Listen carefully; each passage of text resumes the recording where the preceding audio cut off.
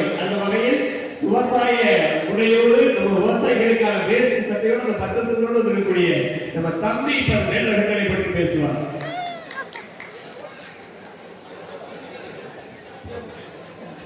முன்னாடி போங்க. அனைவருக்கும்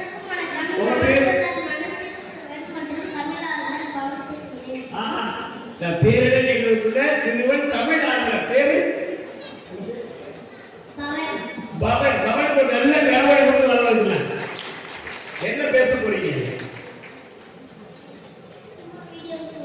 சொல்லுங்க, பேசுங்க.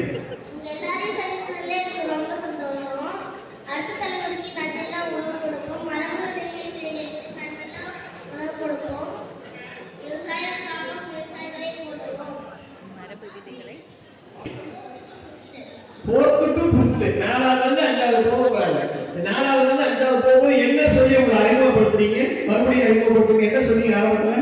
வணக்கம் சொன்னீங்க, சொல்லுங்க. நீங்க யாரு சொன்னீங்க, சொல்லுங்க.